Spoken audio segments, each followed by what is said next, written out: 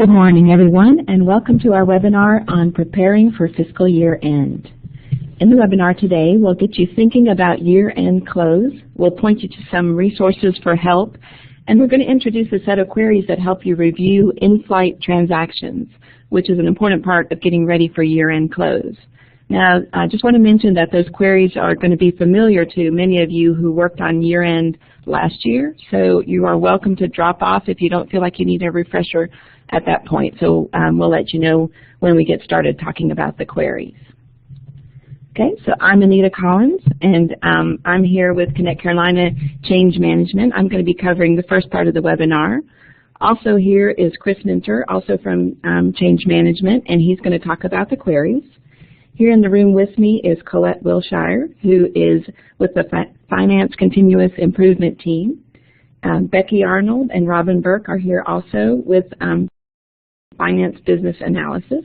And we have a late-breaking guest. We have Tricia Hennessy in the room as well to help answer questions. Just real quick about the webinar. Please use your chat window to type your questions, and we are going to save your questions and answer them at the end. It's just a little easier. It makes the webinar go a little more smoothly. But as soon as you think of a question, you're welcome to go ahead and type it in, and we'll read them off at the end in the order that they were entered and try to answer them. If there are any questions that we can't answer, we'll research the answers and post it on the CC Info website.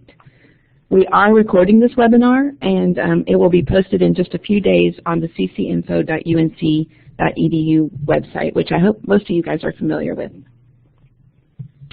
All right, so it's April, and year-end is just around the corner. Communications will be coming with hard and fast dates from the state, just like in years past, including a formal memo from the controller. But please don't wait. We highly recommend that you go ahead and get started getting ready for year-end. It might take longer than you expect, so you want to have time to deal with any unexpected situations that arise, so go ahead and get started. We also didn't want to wait, so we wanted to go ahead and start communicating with you, including this webinar. We have a year-end page now on the CC Info website.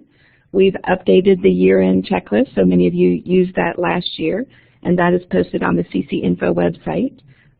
So we wanted to go ahead and start sharing information, even though we don't have all the hard and fast dates yet ourselves, but we wanted to go ahead and start getting information out there, and we'll update those resources as we know more. So speaking of those two resources, so the year-end web page is on CC Info. If you click on the Finance menu out there, then click on 2016 Fiscal Year End, you'll go to the new and improved Fiscal Year End web page that's been updated with what we know so far. This is where you're going to find the recording of the webinar in a couple of days.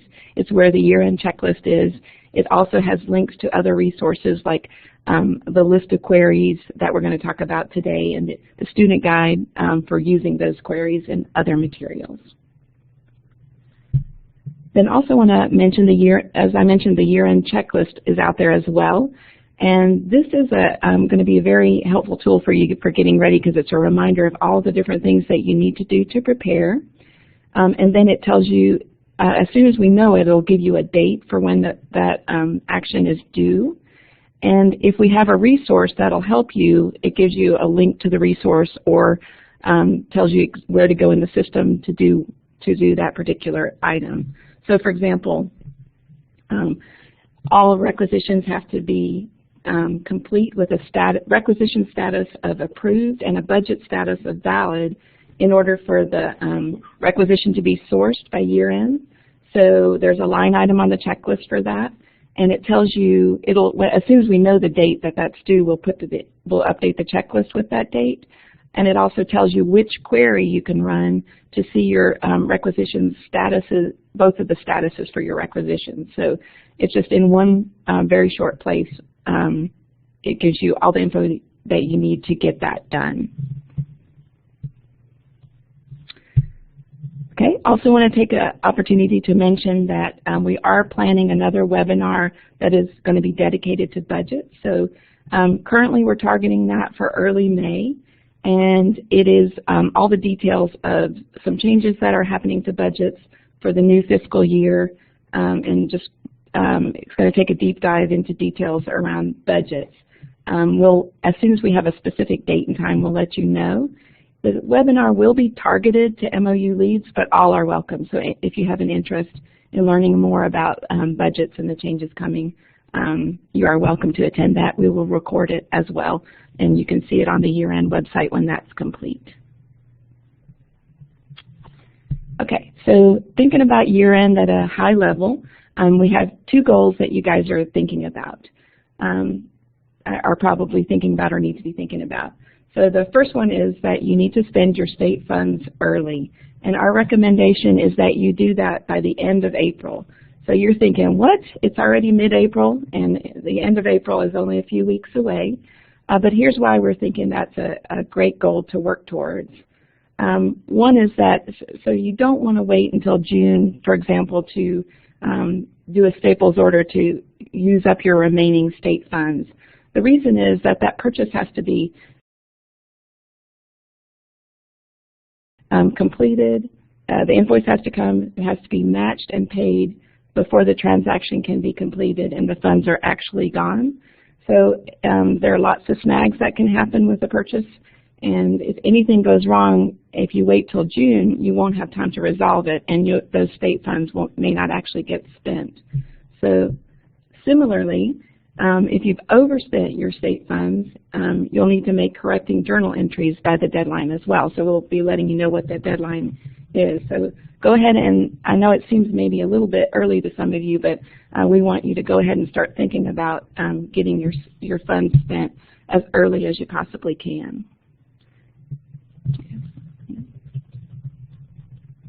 All right, so the second goal is that you want to process all your transactions up to the point that all your departments have approved them. So basically you want the transactions to be in the central office's approval queue.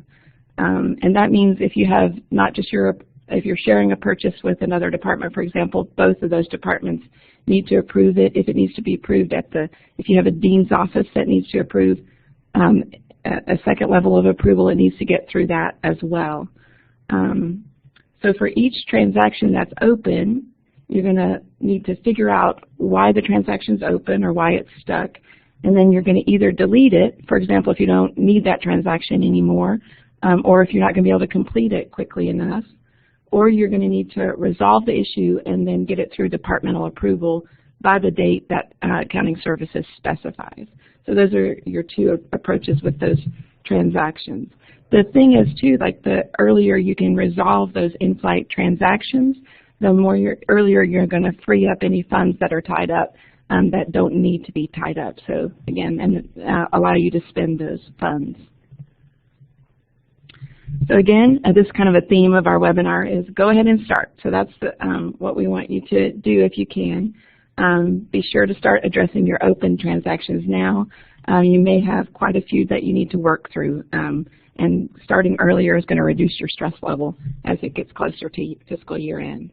And we have some queries to help you do that. So Chris is going to talk about that in just a minute. I do want to mention, so we're going to spend some time giving you a refresher and an overview of the queries. So if you haven't used the queries in a while, it's probably a good idea to hang on and listen to Chris's presentation on the queries. If you've never used them, though, we highly recommend that you come to our in-person classroom-style class. So we added some extra sessions. So we're hoping that you guys will come out if you've never used the queries. This will give you a chance to run the queries, to understand how you can use the queries to identify transactions that need to be cleaned up, get some advice for how to clean those up, and get some hands-on practice in the training environment where you can make mistakes if as you're learning and not be working in the real Connect Carolina. So come to our class. You can go to the CC Info website. The training schedule is out there, and just sign up for a class. We have maybe like 8 to 10 extra sessions of this class. And please sign up. We'd love to see you there. Okay, so at this point I'm going to turn it over to Chris Minter, who's going to talk about the queries for cleaning up in-flight transactions. Thank you, Anita, for that lead-in. So this is Chris Minter. Some of you probably know me if you took the queries class or the purchase recs class or the deposits class or the budgets class. I do a number of classes here on campus. So as Anita was saying, if you have already taken the queries class, I will tell you that there's nothing really changing in that class. We're still running the same queries, still doing the same things. The book that we actually use in class is actually up on our website, so everything's pretty much the same. But what I'm going to do today is I'm going to go through a couple of little demos of how you would actually use these queries to clean up your transactions. But the class itself would be more involved than what I'm going to go into today. So, okay, let's go ahead and get going here. So many of you probably know some of these things just because what happens at month end and what happens at year end, there are some similarities. All your campus journals, your budget transfers. Sorry, is the mic not working? I'm sorry, we're having a little technical difficulty with the mic. Is it working now? Okay. Sorry, usually I'm pretty darn loud, so I didn't think I'd have any trouble with this. But so your campus journals, your budget journals, and your budget transfers, they need to be completed through departmental approval before the day of the month specified by accounting services, or they're going to get deleted.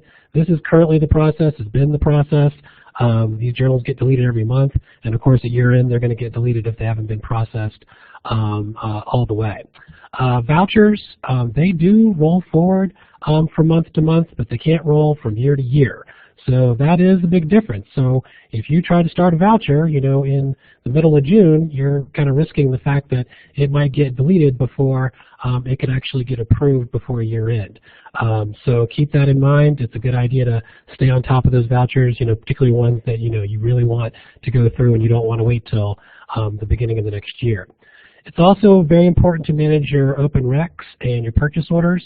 And if you aren't going to fully process them, you want to go ahead and delete them. All requisitions have to be closed or fully canceled. If they are not, they are subject to be canceled by the central office. So it's probably better that you get to decide whether they get canceled as opposed to just finding out that the central office did it. Now, purchase orders are a different story.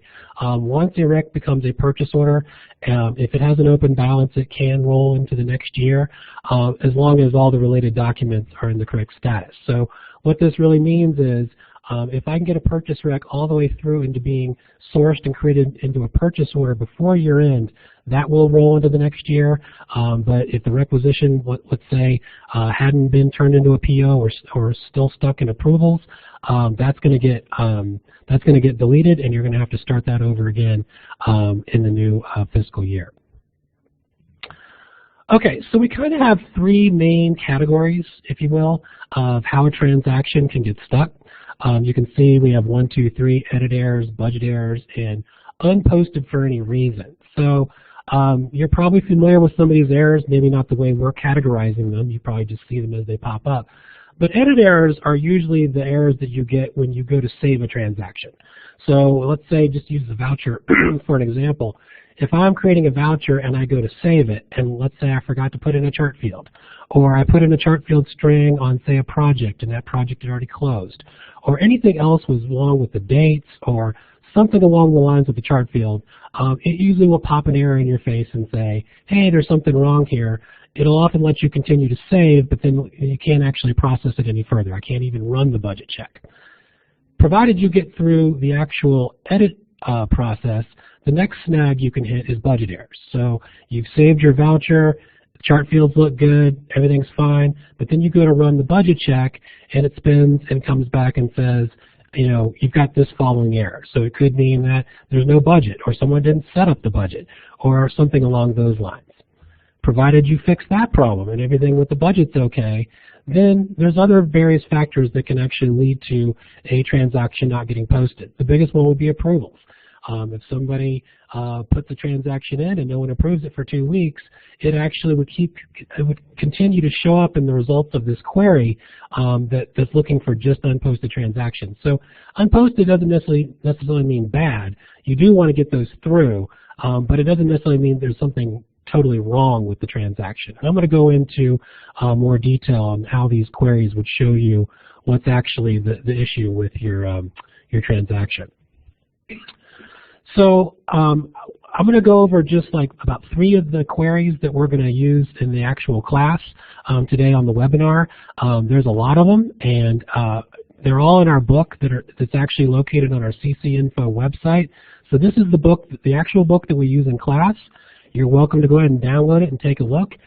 We don't require you to come to the class, and hopefully, you know, you could, if you had to, figure out how to run these queries from just the book, but I think coming to the class would help you out, especially if you've never done these before. I've got a little screenshot here at the bottom of a little grid of what the queries would look like. This is just a sample of them. This is like 4 of the edit queries that we can run in class. So you can see we've got them broken out for different types of transactions. And then you've got these query names over here, and those are probably the tricky parts, is knowing what the queries are and typing them incorrectly and making sure that you don't choose one that's almost the same, and I'm going to talk about that here in a few screens. But that's where all these queries are located. So if you don't know the queries or don't have materials from the class, go to CC Info and find that guide. It's just a PDF you can download. So in terms of actually running the queries, most of you probably already have access to the queries. So if you've never gone to take a look, you might want to try it out. But the way you would actually navigate down to the queries is you'd go into Connect Carolina and you click on the good old main menu. Then you'd click on the Finance menu. You'd click on Reporting Tools. You click on Query, and then finally Query Viewer. Now just a little hint for you, if you want to get there a little bit faster, you can actually click that big massive Finance button on the side, and it's also listed under there. But we always like to show you kind of, I guess, the hard way to get to things in case you have to go that route. But the Query Viewer is what you are actually looking for. So when you go to run a query, okay, the first thing you're going to have to do is type in the name of the query. And like I said, that's kind of the tricky part. So down here you see a little screenshot of what the query viewer looks like. And that's really all you get when you first go in. It'll say query name begins with what. So you actually have to type in the name of the query in the box and actually search for it. You can actually type part of the name to see all the queries that begin with what you type.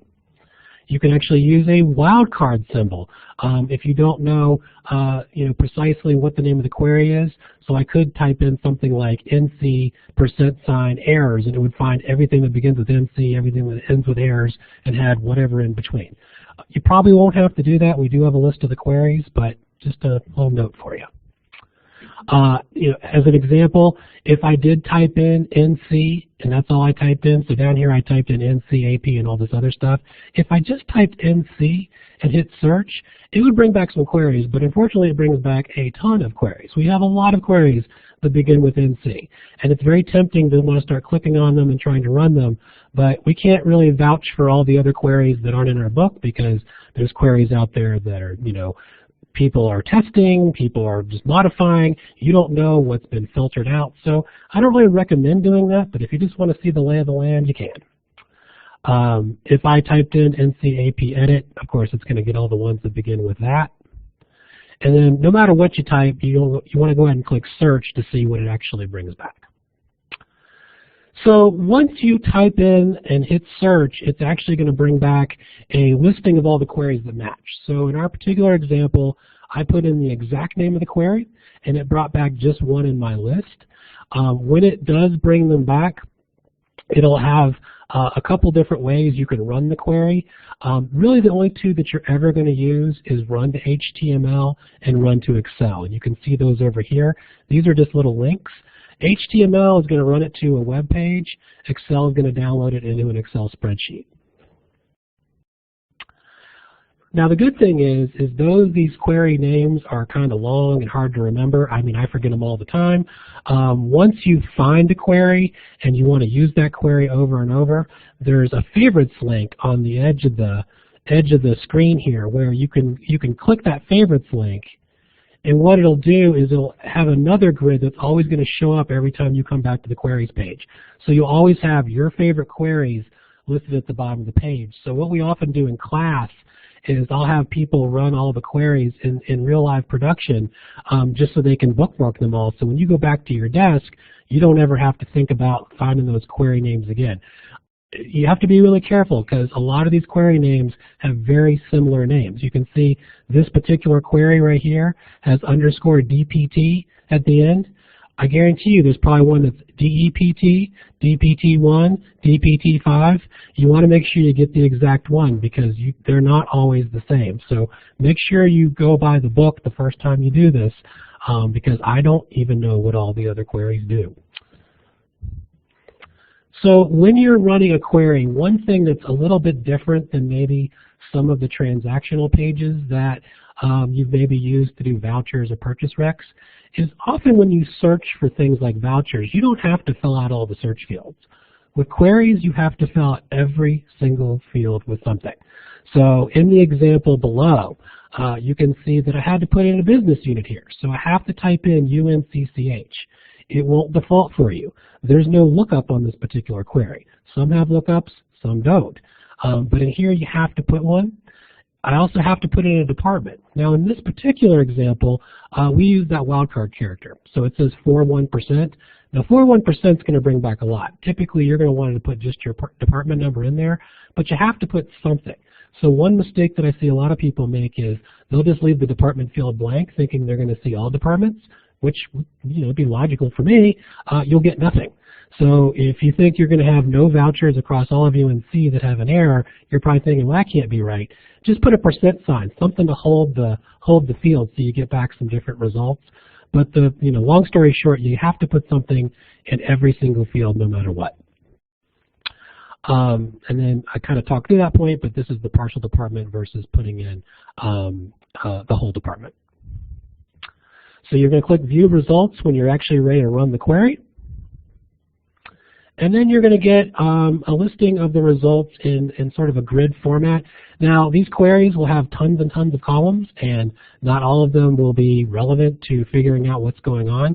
And what our guide does is it points you to fixating on the fields that actually provide useful information. So sometimes the columns will be blank. Sometimes the columns will have information that means nothing to anyone on campus, but sometimes they have some pretty good information. This particular query, there's a lot of lines in it. There's 1,350 lines, so we kind of cut it off, but you can see 4 lines that actually came back from this query. And we ran out of space on the slide, so when you're actually looking at the results of this query, this is the header row going across the top, but we kind of continued it down here to the bottom. So this would always be across the entire page. As you can see, we have 1,350 lines in error.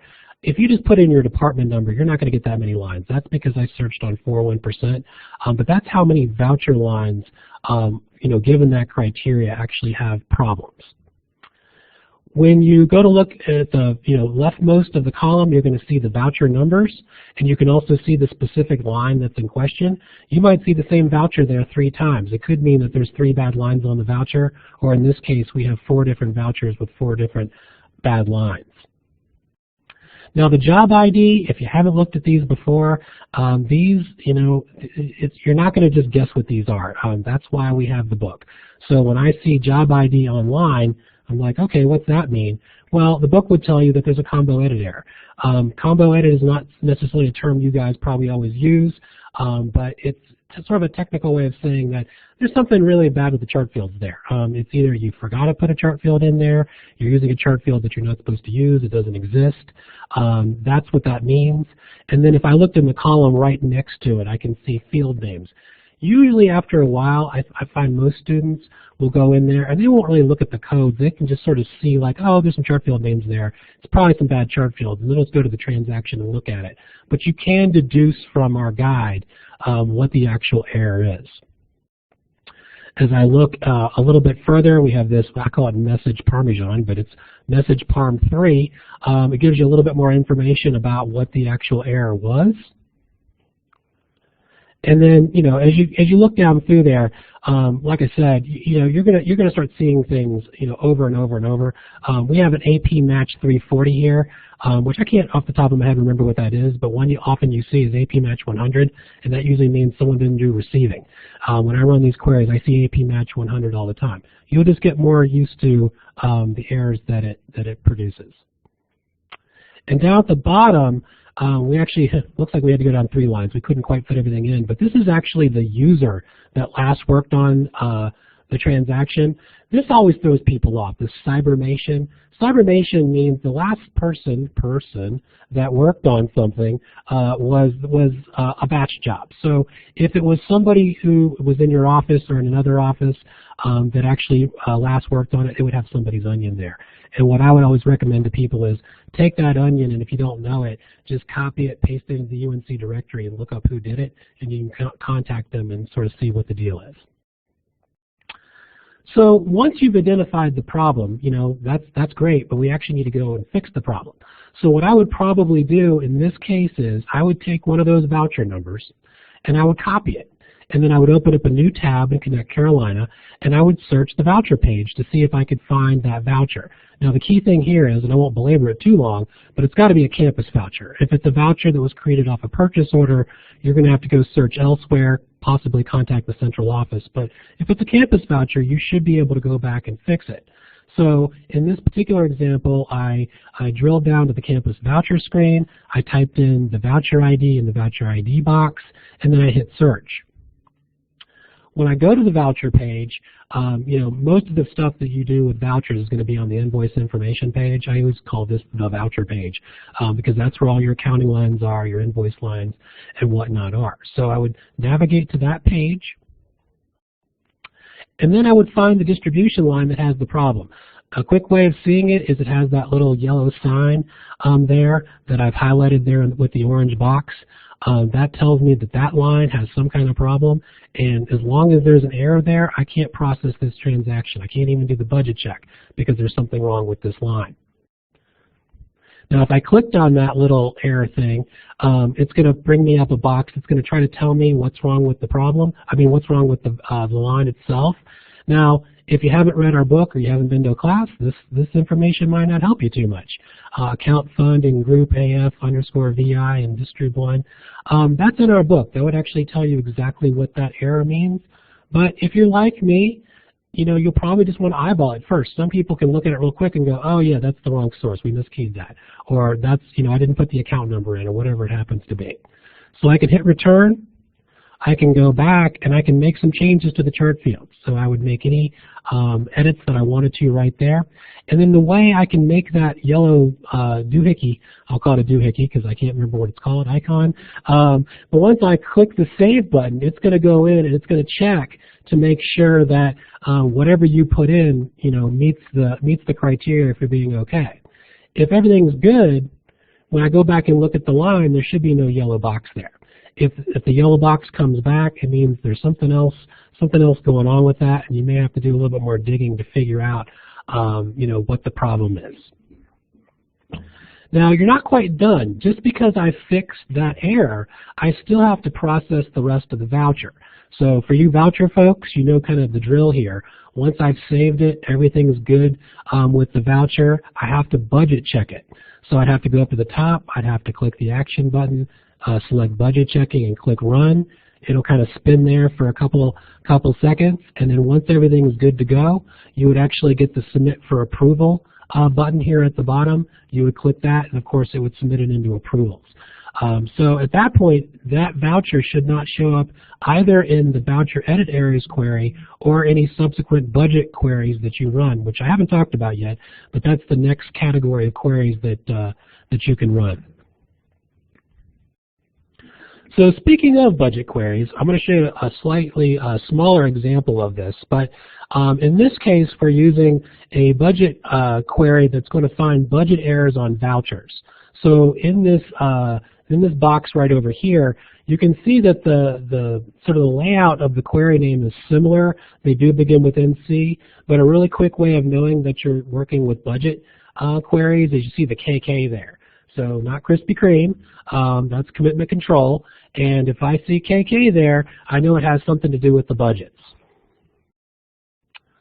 So when I run that particular query, this is a really super long, wide one, and you can see a lot of the fields aren't even filled out, but once again, that's what our class is going to help you do.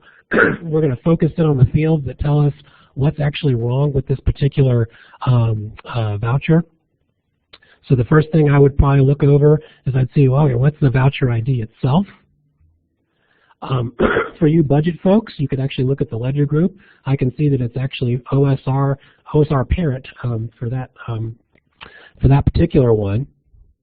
I can look at the error message itself. I mean, if you don't know what an E1 error message is, luckily it tells you right beside it that you're exceeding the budget. So we know you're probably going to have to either put more budget on that chart field string or change to a different chart field string.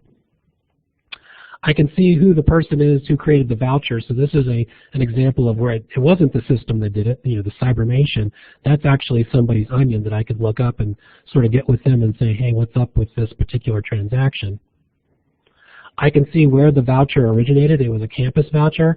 As I was telling you before, if it's not a campus voucher, you probably can't fix it yourself unless you're in the central office. You'll have to contact them because it could be a voucher off a purchase order. The third category of queries that we work with are queries that are unposted for any reason. So it could mean if I run one of these unposted queries, it could mean it has edit errors, it could mean it has budget errors, or it could be that it's still in an approval workflow. So I've had people ask me before, like, well, Chris, if this finds all the errors, why wouldn't I just run these? And the problem with the unposted queries is they don't have as much detail as some of the other groupings. So if I really want to see what an edit error is, it's not going to really show me in this class of queries. Most of the time I run these queries after I've ruled out all the edit errors, all the budget errors, what's still sitting out there. And it could just be because it's in approvals, the voucher's on hold, something is holding this up from being posted, but maybe there's really nothing wrong with it. It just hasn't made it through the process to post. So like I said, here's an example of an unposted journals query. So I can see the name of the query up here at the top of the screen, GL journals not posted by department. Now I want to show this example because once again you have to fill out all the criteria, and there's no lookups on this. So this is something we go over in class. What do I need to put in here? So the fiscal year, you might think maybe it's a code or something different, but it's actually the fiscal year. You just type in 2015. I can't use a % sign there. I have to put in the fiscal year. The period, of course, is going to be what month of the fiscal year it is. So, if you can't remember them, you just have to count them on your fingers, July 1, August 2, so on and so forth until you get the right period in there. You have to put a number. You can't put a % sign. I can't say I want to show all the periods. It'll turn it red and throw an error back at you. In this particular result, we didn't feel like coming up with a department, so we just put the % sign in there. And when you put the % sign in, of course, it's going to bring back a lot of records because it's not going to filter by department. Now, when I'm actually looking at all the columns, for you folks that actually do GL journals, you probably heard Susan McDonough say this before. You want your journals to be V'd up. You want your journal status to be V and your budget status to be V. VV is a good thing, but you'll see that we have some problems down here where there's E's and N's. E means errors, N means not checked. So I know these journals have some problems. I can tell that I need to go back and fix these. And these are just V's. So you're probably going, well, if they're VV, what's the deal with that? Well, if I looked over a little farther, I can see that, yeah, it passed everything, but the journal got denied. So that journal is not going to go anywhere unless somebody fixes whatever the approver didn't like and resubmits it. These down here are still just sitting in approvals. They're pending. So one thing I'll always tell people in class is if you run these unposted ones, don't freak out if you get a whole bunch of results, because if you look at the date, it could be that they just put the journal through yesterday. Well, of course they're going to show up in this because they haven't gone through the posting process. But if I saw a journal that was like 3 weeks old and we're getting close to the cutoff date, I probably would want to act on that one to make sure it doesn't get deleted at the end of the month. Okay, so moving on, we have one more category of queries. These are the approval work list queries. So what this really does is when you run them, it shows all the transactions that are awaiting your approval. And you can't search other people's. It's based on your login. So it's kind of your own personalized query. So when you run those, just keep in mind you can't check an entire department. It's only things that are waiting your particular approval. Unfortunately, none of us have access to the real system, so we didn't have any data in here, but this is what it would look like. I would actually see, if it was me, I'd see Mentor C there, my user ID, and then information about the particular transaction and what its status was, and I could figure out, what I need to actually do to make that transaction go through. Just a reminder, so I've been saying that, once you run these queries, you'll want to go fix these transactions. There's no special place to go to fix your transactions. You just go to where you usually created the transaction and you'll search on it. So, for your requisitions and your purchase orders and your vouchers and your deposits and so on and so forth. These are just the navigation paths to get to those, to look up those transactions and try to fix those to get them to not show up on the results of the query. So in closing, did you want to take over? That's all my part. Here comes Anita. Sorry, I wasn't ready for that slide. Okay, hi everybody again. So just in summary, again, a reminder to please start preparing for year-end now, so including spending state funds and cleaning up open transactions. Remember that the 2016 fiscal year-end page on CC Info is your go-to place for year-end information. You can find the list of queries on that same year-end page. Look for the guide that's called Preparing for Year-End Close, Reviewing Open Transactions. Remember to focus on key fields when looking at query results, and you can rewind this webinar and run it again when it's posted if you need a refresher, or come to class. Run the queries often to catch errors and things not approved or posted. Remember that if you run a query and there aren't any results, clear the search fields and run it again just to make sure. Okay. And again, I mentioned the fiscal year-end page. I just wanted to remind you how to get there. So it's on ccinfo.unc.edu, and you click on the Finance tab and then click on 2016 fiscal year-end. And we will be adding information and updating it as we know more as year-end goes on. So I think we are ready to start taking some questions. So I forgot to introduce Deborah Beller, who all of you probably know is in the room with us, and she's our moderator today. So she's going to be reading your questions, and then we have a team in the room to answer your questions. Just as a reminder, any questions that we aren't able to answer, we'll collect and research, and we'll post the answers on the fiscal year-end page on CC Info. So I'm going to turn it over to Deborah. Okay, the first question that we have is, with respect to closing out payroll funds, how do you suggest working with anticipated retroactive payroll entries that are still PAT excluded? Is there any hope these excluded entries will be opened for our adjustments to post in time for fiscal year-end processing? This is Robin Burke. The strategy we have been taking since PAT went live to get the paychecks unexcluded has proven to be extremely slow and cumbersome.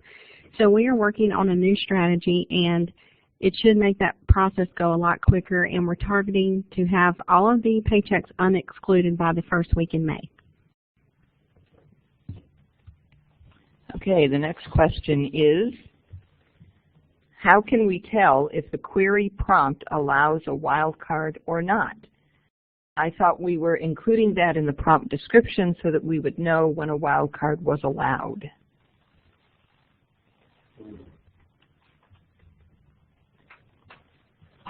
This is Chris again. I'll look into seeing if we can make some kind of resource that will show you. If you try to put in a % sign, I can tell you that if you try to run it and it doesn't like it, it'll turn it red. That's the way I can always tell. But usually something like the year or the period, those are the ones that really doesn't like the wildcard character on. whereas department is usually pretty cool. But I'll see if there's any other way we can put something where you'd have a little bit more information about that. But currently, you just have to pop in the value and see if it worked or not, which I know is not a good answer, but that's currently how I do it. Okay, so we do have a follow-up on the paycheck question. What paychecks were excluded? Back when we were using the short-term retro solution, we knew that we would eventually have to convert those retros into HR because they had only been posting to finance at that time. We had 42,000 retros that we had to convert, and we were able to convert all but about 1,200 of those retros. And so there are 603 remaining that are still in the exclusion table. So in summary, they're the retros that we could not convert in from the short-term retro tool. Okay, here's another question. Like last year, do you plan to keep the voucher system open for the last 2 weeks of the fiscal year or whatever specified amount of time and auto-populate date to 7/1/16?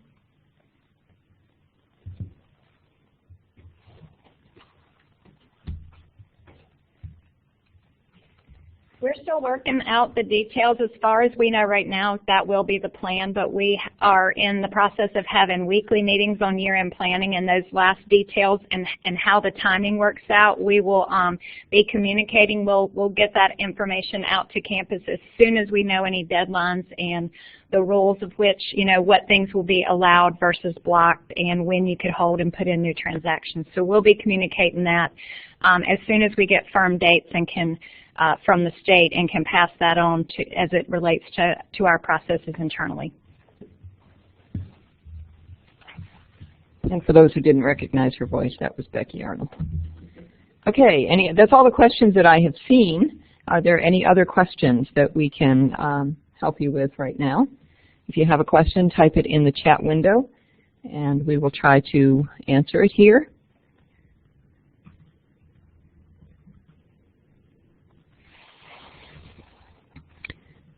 Okay, we'll give another minute or so to see if anyone else has any more questions. As Anita has said, the recording of this will be posted on the fiscal year-end page on CC Info. As soon as we get the recording processed and ready to go, we'll post it hopefully by tomorrow, but can't guarantee. But we will get it up in the next couple of days. Excuse me. All right, any other questions? Going once? Going twice? Any other questions? All right, I'll turn things back over to Anita then. Is someone typing? Here we go. We got one more. Okay, here comes another question. If there are paths in progress at year end, will they disappear? No. Well, that was short and sweet.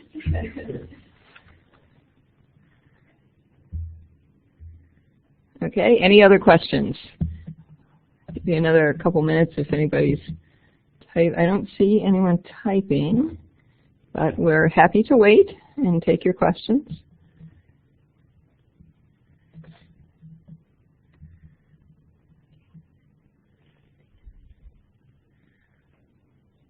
Okay, don't forget about that fiscal year-end page on CC Info.